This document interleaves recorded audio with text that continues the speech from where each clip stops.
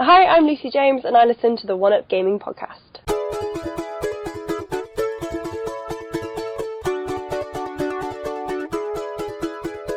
Welcome to our podcast. We've got a lot to say about all the latest games you're gonna wanna play. We'll tell you what's on Xbox, PS3, PC, and more. We'll chat about some random stuff till you're rolling on the floor. This is One Up Gaming. Sit back and grab a drink. It's time to give a listen to what we have to think.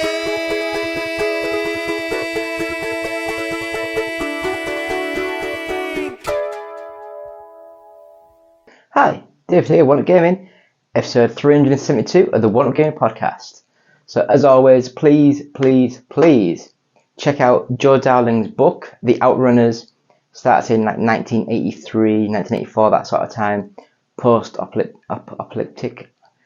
Apocalyptic sort of setting, set in a backdrop of California, sort of early 80s with some video games mixed in there with all that. So Joe Dowling, Outrunners, please buy the book. Next up, as always, we're sponsored by Games Inspired Music. You can either buy it, stream it. So go to the Play Store, go to the Amazon Store, go to Spotify, and every time you play this or buy this, 20% of each sale will go to the Child's Play charity. So that's mint. Other than that, please go to our website, which is oneupgaming.co.uk. On there we have the normal stuff, so we have like reviews, features, previews, we have weekly news section, and we have a store where you can buy t-shirts like this. Not this one, this is the old logo. It's got cat hairs on, I don't know why. Oh, then I guess, why can you never get cat hairs off? Yeah, this is the old logo, and also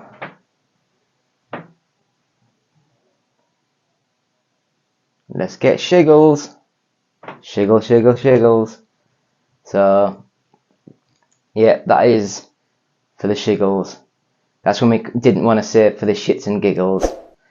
It's something that we don't really use that much now, but go to our website, you get new t-shirts, new mugs, new hats that are available to buy from there.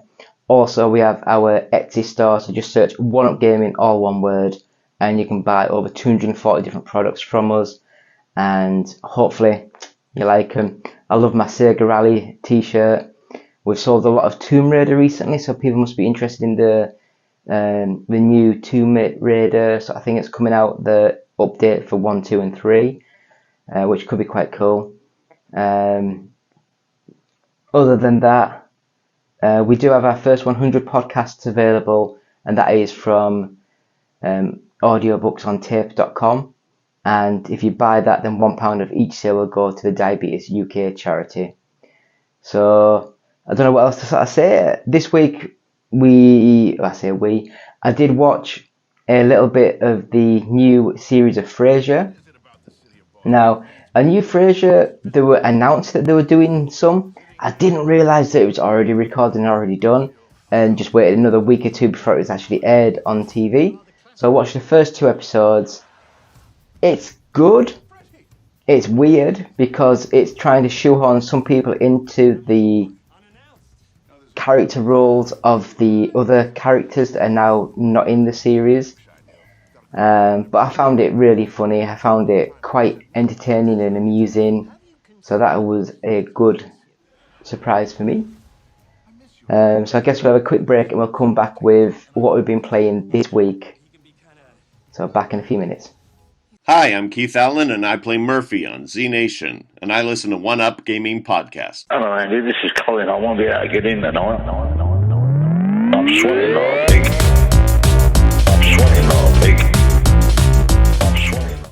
Hi, David here.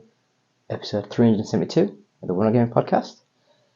Go through some of the games we've been playing this week, but first of all, we'll have a quick sort of like talk about some giveaways we've got. So I'll cut away now to our giveaway. This week you can have a chance to win the Evercade Interplay Collection 2, All you need to do is subscribe to the YouTube channel and leave a comment on any video that says Evercade for a chance to win this. With this game, you get a load of, like, I guess the Mega Drive sort of games. So you get Claymates, Earthworm Jim 2, Clay Fighter 2, Prehistoric Man, Rad Gravity, and the Brainies, or the Braining. Is it Braining? I can't read it. But Evercade as a comment for a chance to win this cartridge. We also have, drop that down there, a t-shirt to give away. I think it's a large, and this t-shirt is from the old OUG team, and I'm just going to give it away. Subscribe to the YouTube channel and leave the comment t-shirt on any video for a chance to win this t-shirt. That, my friends, is the giveaway, so on with the show. So here we are, episode 372. Thank you for that, for the giveaways. Please just leave comments, subscribe to us, as it says on the thing, to win those prizes. So we'll go through this week's games we've been playing. So first of all, as always, EA Sports FC 24. I'm still going through the career mode. I'm still winning, I'm still playing. The last game I played, I think I played quite badly, but we still won the game. Don't really know how much more to go into it. I do enjoy the putting new things onto your character player to increase the stats. I know up to a level 70, which isn't very good, I know, but we'll carry on doing videos and see how far I can get the little dude. Next up, we have the first game in the series of, I'm going to have a quick go at the Forza Motorsport, the new one that's just come out for the Xbox and the PC. I'm playing on the Xbox Series X, and I'm just going through the career mode and seeing how I get into the game and how it goes and how it flows. First few hours, I'm really enjoying it. I took a couple of assists off because it seems it was just driving itself basically. But yeah, it's a good little game. It looks nice, it flows nice. I think it's one of those games that you don't think how much better it looks than the Forza Motorsport 7 until you have side by side of the same track, and some of the detail and the foliage and the tree density, it's just so much better on the new game. It really is. It's amazing how much better this new game is. So Forza Motorsport, 2 thumbs up, great little game. Next up, Truck Driver, The American Dream. Now this one I've got sent to review. I think I've got the review written up ready to go live. The video of it is up on the site now, so you can look at all these videos on our YouTube channel. So this one is a kinda realistic sim truck driver game, but it's also got the handling mechanics more of an arcadey game. So imagine, is it Sega's 18-wheeler that came out, oh god, 20 years ago on the Dreamcast in an arcade? Imagine that type of game where it's kind of got a realistic setting, but it's more arcadeified. It's very much like that, but unlike the 18-wheeler, it's got really poor checkpointing and really poor signposting of what to do now and next, that kind of thing. I got to the point where it's like you have to get a trailer, which I got, and then drive over to the depot, which I did, and then park up, I did. It said press the triangle button to get out your car to go into the garage, I did. And then after that, no matter what I do, it just doesn't move on to the next section of the game, so I don't know what I'm going to be doing, so I kind of turned it off. The graphics are adequate, but nothing special. It looks like a Unity sort of game, like a really cheap Unity game.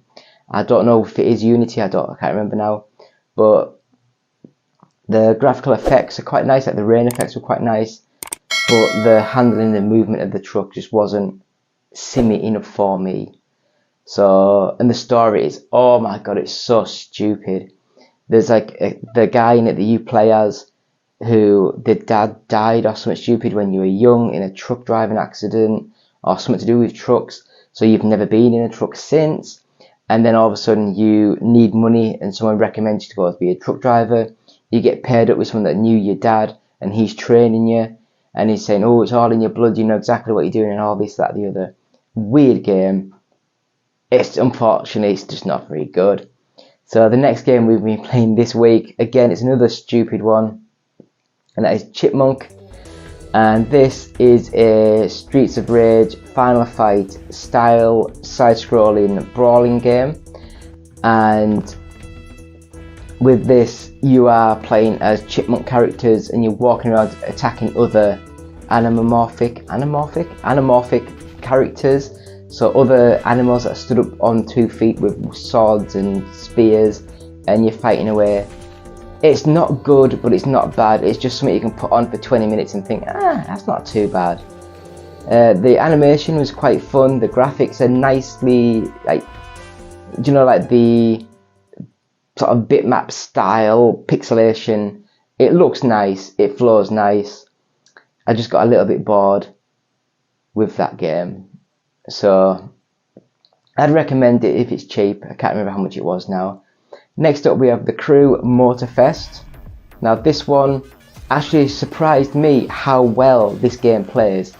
It is a budget version of the Forza Horizon sort of series. So if you have a PlayStation, buy this game. It's amazing. If you have an Xbox, don't waste your money, just buy Forza Horizon 5, much better game overall.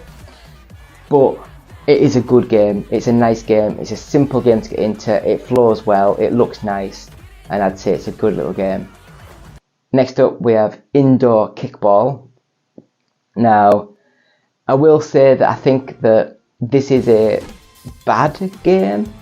It looks weird, like proper bold colours and simple 3D environments. The aim of the game is someone underarms the ball to you and you kick it, which is the emphasis of indoor kickball, and you get points for destroying windows, for destroying tables and desks and ornaments and things like that.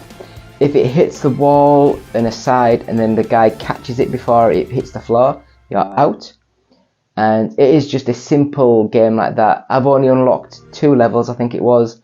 The first one's like a little, I guess was it the living room or the bedroom? I can't remember now. But it was like a tiny, tiny little thing. And then the next one was at the school, which was a little bit bigger, but the classroom had all desks on. So as you kick the ball kind of bounces on the desks and doesn't hit the floor and gets caught out easily. So that kind of got annoying. But I can see where the developer's coming from. It's never been done before, I don't think. I'd hope not. I don't know, I think it could have been scaled up a bit more, a little bit bigger. Because as I said, at the minute, the environments are just too small for the game. And then the last game we've been playing this week is Phoenix Wright Ace Attorney Trilogy. Now, I only had a quick go at the first game of the series. And with this, it's a lot of reading, but I really enjoyed the fact of, as he's saying through stuff, you can hit the object button and say you object to it because this, and you give him the evidence why he's talking shit. And it's quite funny to see. It's quite a fun little game. I enjoyed it. I would recommend this game. It's got the first 3 games in the trilogy of Phoenix Wright. And yeah, it's a good little game. I wish everything was voice spoken. A lot of it is, but again, I'd like more of a 3D environment. It's all 2D art, which I guess these were the ones that came out like 15 years ago.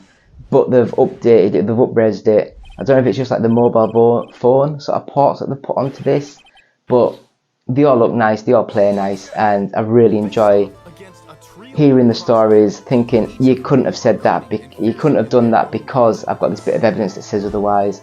And it's just a fun little game to try and work things out. So I would recommend that easily. So that's what we've been playing this week. So just please follow us on Facebook, please follow us on YouTube. We have a Boosteroid video every Tuesday. We have weekly videos every day.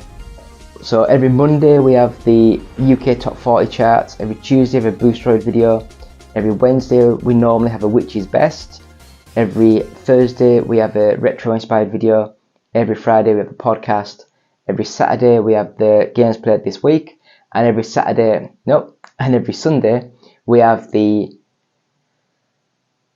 weekly roundup of the news. I completely brain farted then, but yeah, so that is it with me, with David, with One Up Gaming, with 372 podcast.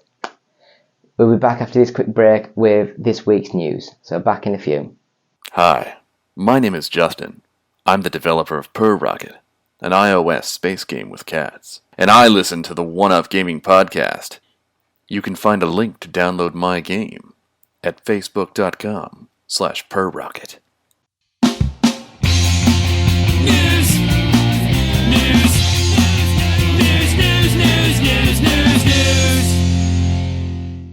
David here, One Up Gaming, episode 372 of the One Up Gaming podcast. This is this week's news. We have a quick interlink of us offering you prizes for our giveaway, so watch this. David here. This week you can have a chance to win the Evercade Interplay Collection 2. All you need to do is subscribe to the YouTube channel and leave a comment on any video that says Evercade for a chance to win this. With this game, you get a load of, the Mega Drive sort of games. So you get Claymates, Earthworm Jim 2, Clay Fighter 2, Prehistoric Man, Rad Gravity, and the Brainies. Or the Braining. Is it Braining? I can't read it. But Evercade as a comment for a chance to win this cartridge. We also have, drop that down there, a t-shirt to give away. I think it's a large, and this t-shirt is from the old OUG team, and I'm just going to give it away.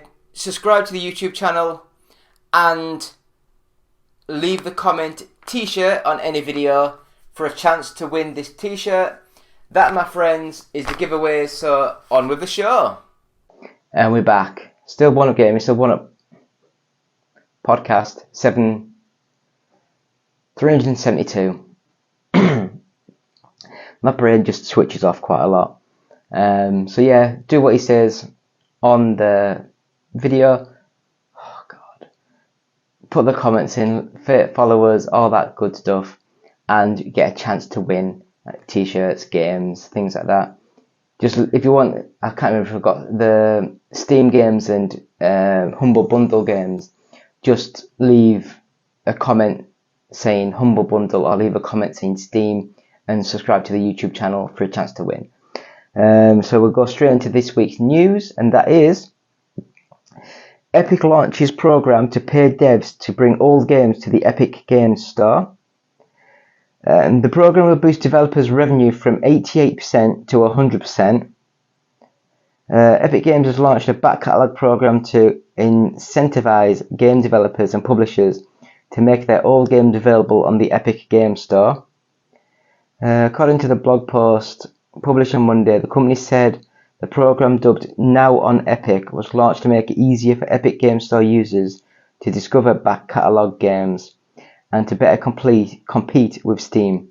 Mainly, it will allow participating developers and publishers the opportunity to increase their net revenue from user spending from 88% to 100% for any eligible back catalogue games they offer up on Steam, on the Epic Games Store. Titles that are eligible for the Now on Epic program will enjoy a 100% revenue boost for the first 6 months of their release on the Epic Games Store.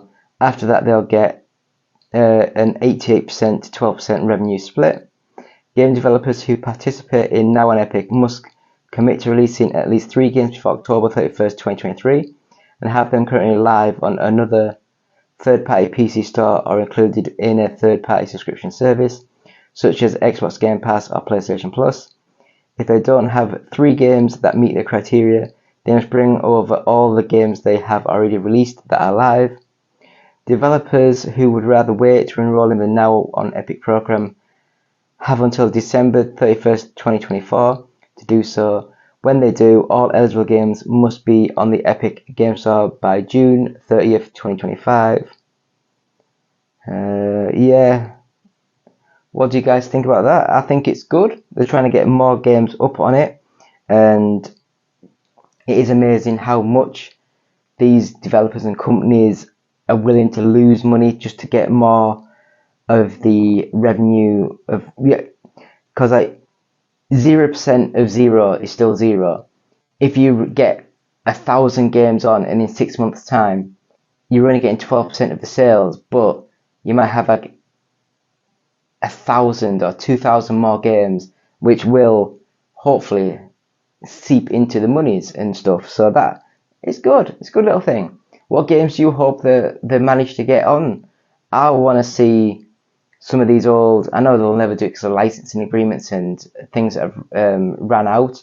But the War for Cybertron sort of series, was it 3 games or 2 games? Can't remember now. The Transformers games that were made by High Moon Studios, mint games. I loved them so much. So we're going to the next bit of news, and that is the internet is divided on Rick and Morty's new voices, especially Mr. Poopy Butthole. Ladies and gentlemen, the premiere episode of Rick and Morty Season 7 is upon us, and with it comes its fair share of commentary from fans, both good and not so good. Needless to say, folks have been waiting with bated breath to catch an earful of the series' new lead voices, which debuted.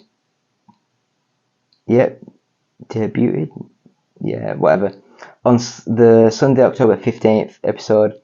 Justin Roiland, and the show's co-creator and main voice actor, who was notably responsible for the voices for both Rick and Morty, recently saw the charges of domestic violence that lost him his own show dismissed in court. But the second creator was not invited back to the series, and was instead replaced with 2 new performers. Their names have been kept under wraps until the premiere, despite the fact Adult Swim made it a point to tease the voices themselves in a TV spot ahead of the first episode. But we now know them to be actors Ian Cardoni and Harry Belden. I've never heard of either of them. It will most likely come as no surprise that the community is pretty sharply divided on their feelings about Cardoni and Belden's efforts in the new season. Many flat out derailed their performances, with one ex-user going as far as calling them trash. Interestingly enough, though, many people who expressed criticism of the new voices were less disappointed by Cardoni and Belden and more by the new actor voicing a beloved side character, Mr. Poopy Butthole, now played by John Allen, who was a central focus of the premiere. Other characters Roland voiced also have new actors, and they don't sound as good. Looking right at you, Mr. Poopy Butthole's new voice. While a few others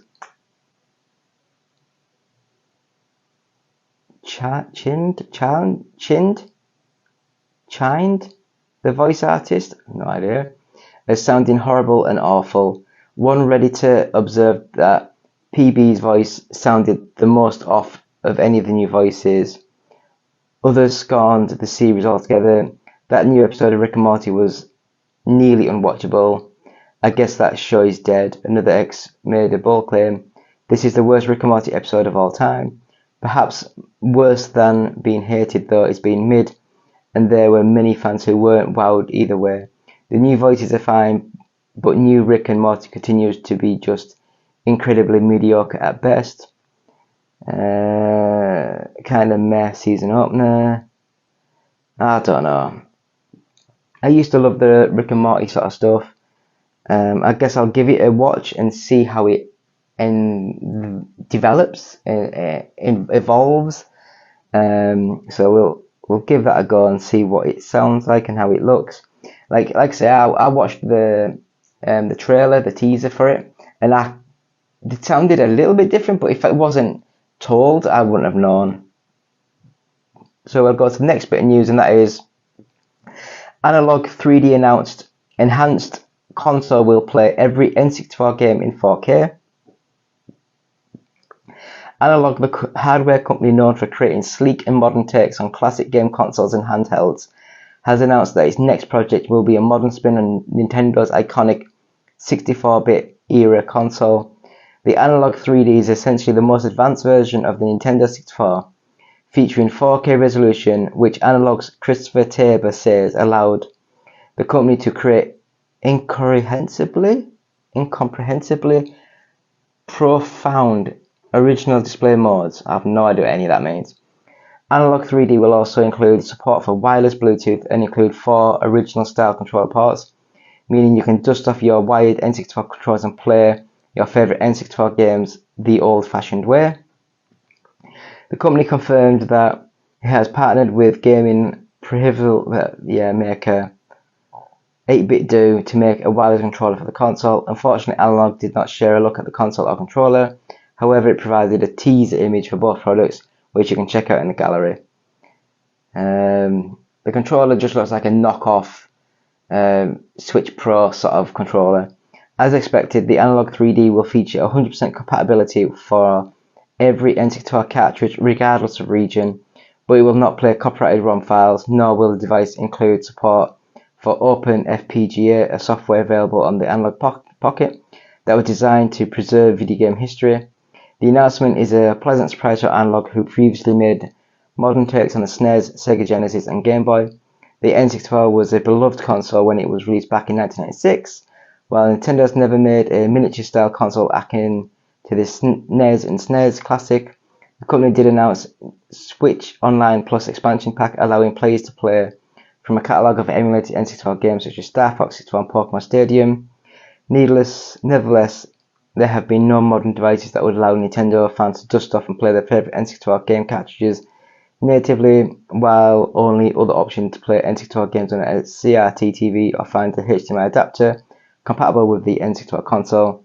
Analog 3D is launching sometime next year. What do you guys think of that? Don't get me wrong, I loved the N64. I was more of a PlayStation kid myself. I've never been a massive fan of Nintendo. I don't like a lot of the stuff they do, but we'll sort of see what happens. Please leave comments, see how you guys think. So we'll go to the next bit of news, and that is Cities Skylines 2. The dev admits there are performance issues and they will launch the game anyway. The developer and publisher of Cities Skylines 2 has admitted the game's performance isn't up to scratch, but insisted they will launch the hotly anticipated City Builder on PC as planned on October 24th. Developer Colossal Order and publisher Paradox issued a joint statement to fans left concerned after Cities Skylines 2 minimum and recommended specs were raised. Cities Skylines 2 is a next-gen title and naturally demands certain hardware requirements. With that said, while our team has worked tirelessly to deliver the best experience possible, we have not achieved the benchmark we targeted. While it's highly unusual for a developer to issue a warning about an upcoming game's performance, Colossal Order said it took this decision because we've always believed in transparency. Even with these potential performance issues in mind, Colossal Order said it will release Cities Skylines 2 next week, hitting the current release date. We still think for a long time of the project, releasing now is the best way forward. We are proud of the unique gameplay and features in Cities Skylines 2, and we genuinely believe that it offers a great experience that you will enjoy. Continuing to improve the game over the coming months. Blah blah blah blah. It won't come out on the Xbox and the PlayStation 5 till next year. I think it's like October. No.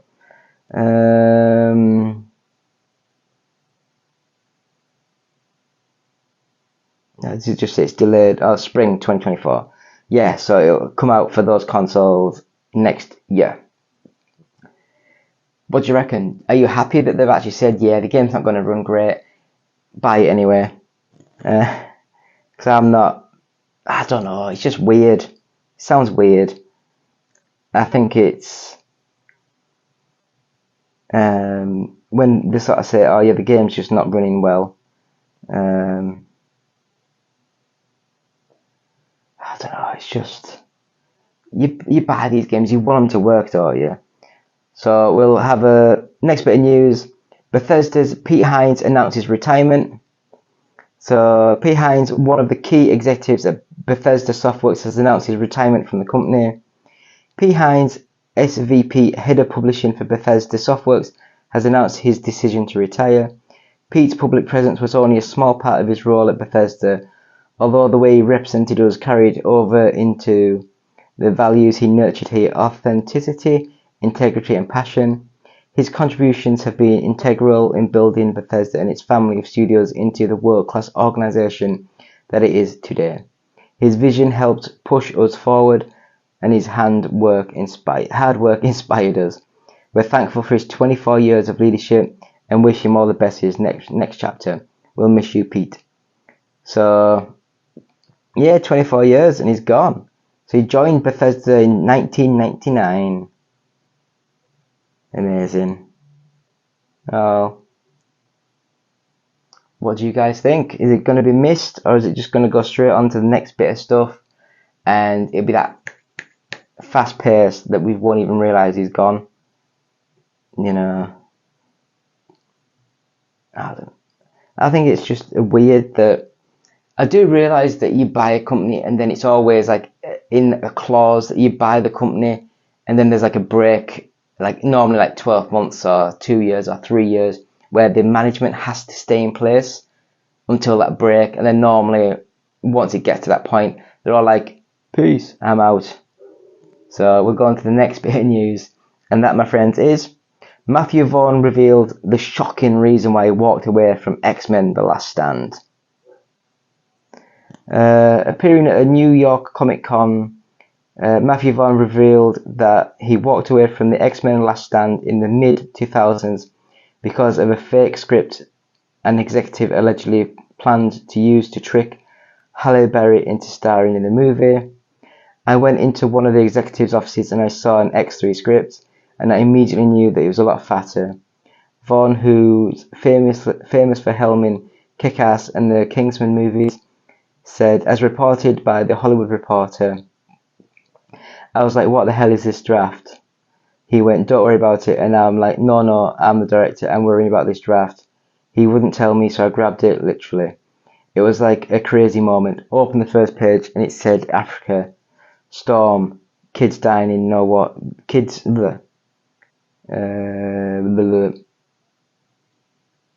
kids dying of no water. She creates a thunderstorm and saves all these children. Vaughn was originally hired to helm X-Men: The Last Stand after Bryan Singer exited the project to work on Superman Returns. However, Vaughn had a hard time swallowing the lies being used to get Berry on board. What is this? He recounted. Oh, it's Halle Berry's script, he revealed. I went, okay, because she hasn't signed up yet. But this is what she wants it to be, and once she signs up, we'll throw it in the bin. Berry played Aurora Moreau, Storm in the original X-Men, as well as its sequel. I was like, wow, you're going to do that to an Oscar-winning actress who played Storm? I'm out of here, so I quit at that point. Vaughn admitted that he thought the idea of taking Storm to Africa was a pretty cool idea, but decided to quit the project there and then when he found out it was actually going to... that was actually going to happen in the script. It's unclear whether Fox's plan to trick Berry into returning for the sequel actually went ahead. However, Vaughn was soon replaced by Brett Ratner, who previously directed Rush Hour and Rush Hour 2. Vaughn himself went on to direct X-Men First Class years later.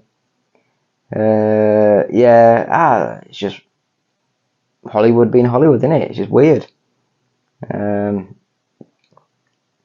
But what are you going to do? Leave comments. Let us know what you guys think. Would you have lied to Halle Berry to get her into the movie? And I do think that they could have maybe expanded on some of the bits and bobs that they could have. Anyway, next bit of news. Lost Star Wars Episode 4 X-Wing sells at auction for $3.1 million. A lost X-Wing from 1977's Star Wars, now Star Wars 4 A New Hope, has sold for a record-setting $3.135 million at auction. As reported by The Hollywood Reporter, the X-Wing isn't one we see Mark Hamill Luke Skywalker sit in, but instead a 20-inch model used to create the special effects for scenes at the destruction of the Death Star. The X-Wing was thought to be lost for decades, but found in late model maker Greg Jean's garage and sold at Heritage Auctions in Dallas. Heritage just set the record for the most expensive Star Wars screen used prop sold at auction. The worldwide response for Greg Jean's collections being outstanding, a true testament to Greg and his company, visual effects artist and collector, blah blah blah. What do you guys think? I don't know. Wait, what do you think about these old logos and stuff? Do you like the old logos? This is the old one with John Hare on. That's that one. I'm getting lost here now. So we'll have a quick look at the next bit of news. And that, my friends, it's a weird one. Fun sales fact, one new Wii U was sold in September. At least one Nintendo fan would still like to play the Wii U. The trouble console lasted just over 4 years before making way for the Switch. Some analysts took to X on Twitter to X on Friday to reveal that Nintendo sold one new Wii U in the US in September. It's apparently the first Wii U to be sold since May 2022. The new unit was apparently purchased from a retailer that reports individual store level sales to the company, which video game industry sales data on a monthly basis. We acquire the process individual store level sales data for every SKU across most retailers, which combined account for about 97% of the hardware market. It does force us to use our fingers and toes, but where it didn't divide back. Weird. I do like the fact that someone went out and bought a Nintendo Wii U. It is weird because you could probably go buy one second hand for like $50 to $100. Why would you want to buy a brand new one for like $150, $200, that kind of thing? But I don't know. It's weird times. So the last bit of news we've got now is, this is the list of the biggest franchises Xbox now owns after acquiring Activision Blizzard. So let's go through some of the stuff. So here's a full list of major Activision Blizzard games. So Activision: Call of Duty, Crash Bandicoot, Guitar Hero, Sekiro: Shadows Die Twice, Prototype, Blur, Spyro.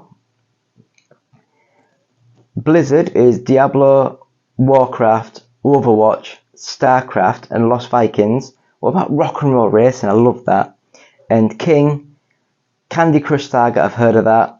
Rebel Riders, never heard of. Diamond Diaries Saga, never heard of. Bubble Witch 3 Saga, never heard of.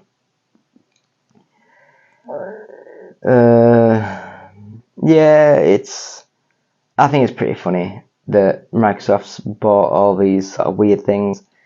What do you guys think? Please leave comments. Are you a PlayStation fanboy? Are you pissed off that Nintendo and all this stuff that's happened, the fact that Microsoft have bought this? Are you going to be happy when Call of Duty comes up and it's got like Xbox Game Studios logo at the beginning of the game? I think it'd be quite funny. But yeah, so that's the news from One Up Gaming for this week's podcast, episode 372. David here. Thank you for watching. Have a quick break now, and we'll come back with this week's UK Top 40. So have a quick break, and we'll be back in a few seconds. Hi, my name's Cartoon Penguin, and I'm a part of Shocknet's development team, and I listen to One Up Gaming Podcast.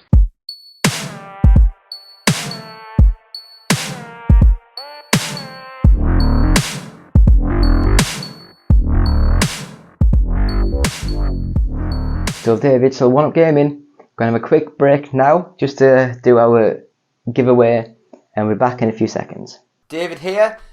This week you can have a chance to win the Evercade Interplay Collection 2. All you need to do is subscribe to the YouTube channel and leave a comment on any video that says Evercade for a chance to win this.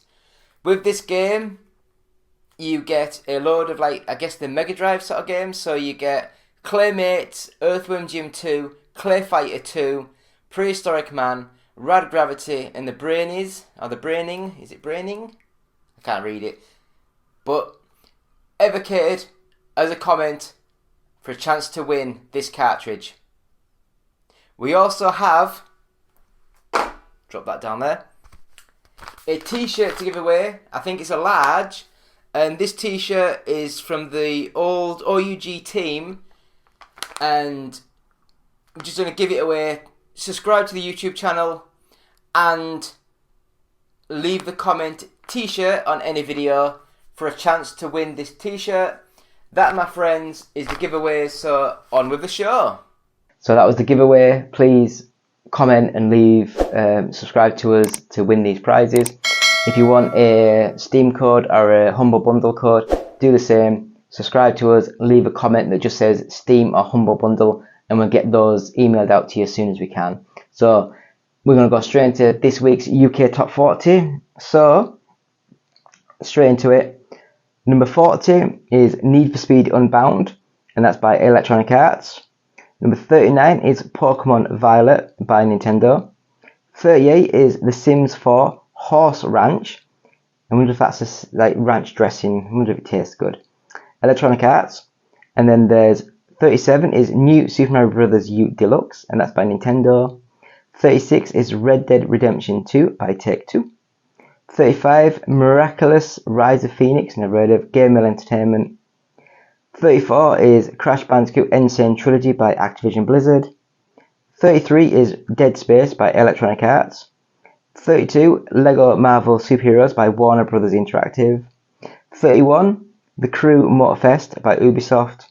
30 is Street Fighter 6 by Capcom. 29 is Cyberpunk 2077 by Bandai Namco. Number 28 is The Witcher 3 Wild Hunt Complete Edition by Bandai Namco. 27 is It Takes Two by Electronic Arts. 26 is Nintendo Switch Sports by Nintendo. 25 is Animal Crossing New Horizons by Nintendo. 24 is Lego Harry Potter Collection by Warner Bros.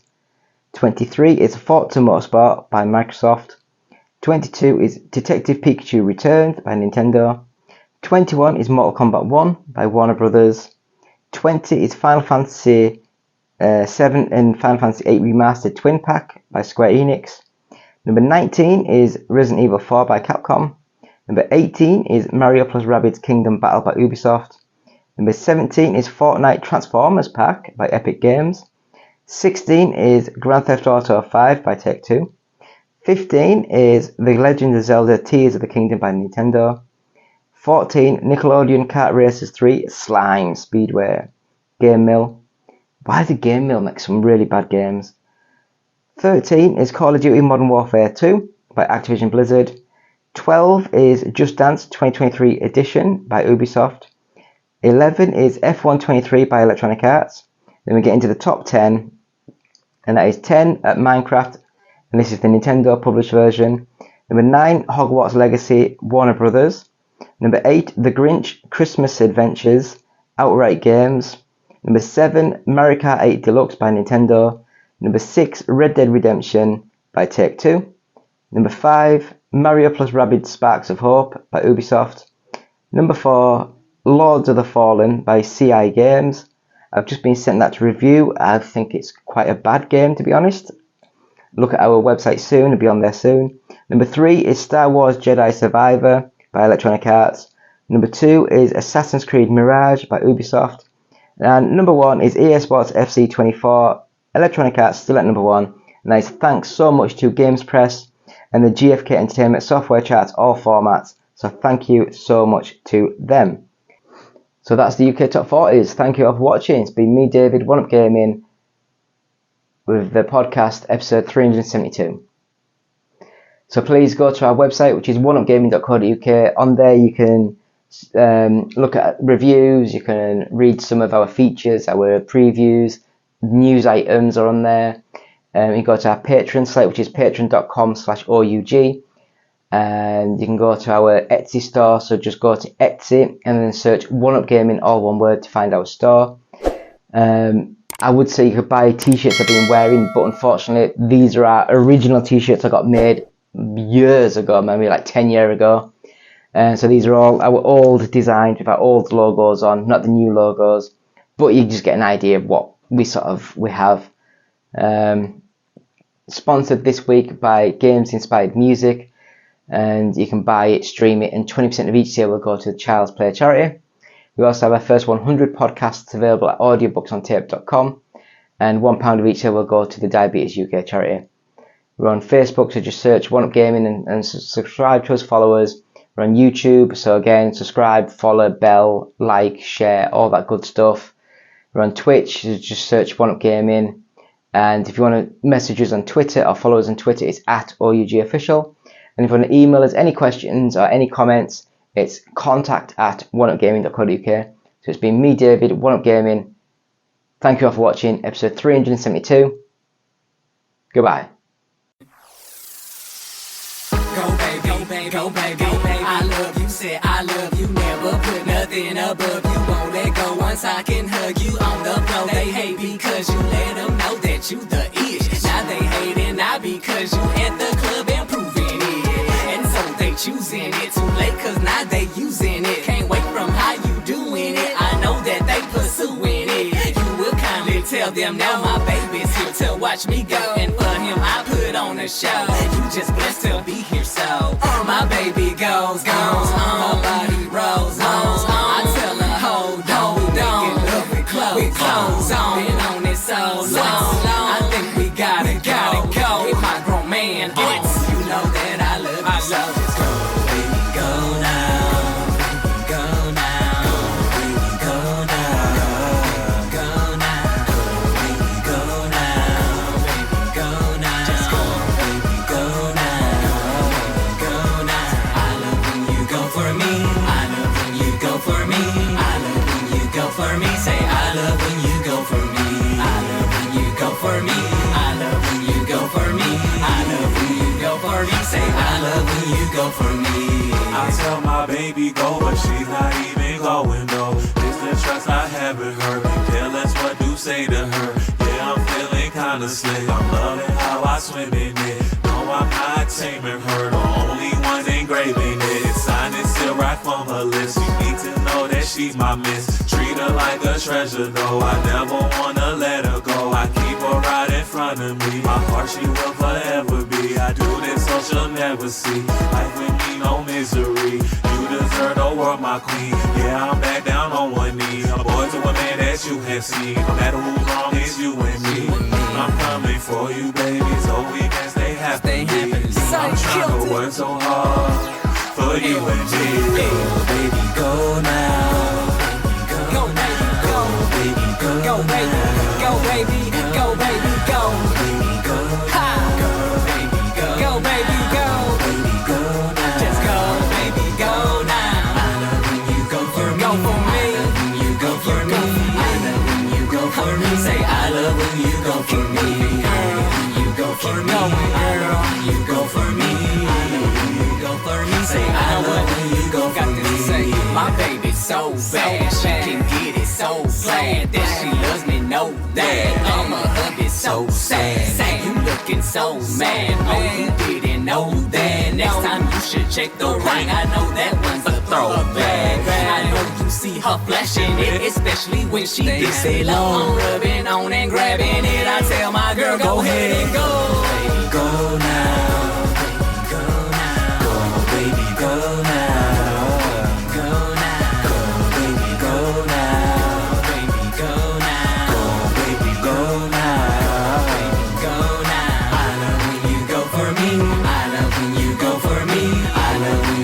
For me, say I love when you go for me. When you go for me, I love when you go for me. When you go for me, say I love when you go for me. Yo, go baby, go. Just L-G-E. Yeah, L-G-E. Sign in contact, get it. We got it. We got it. We got it.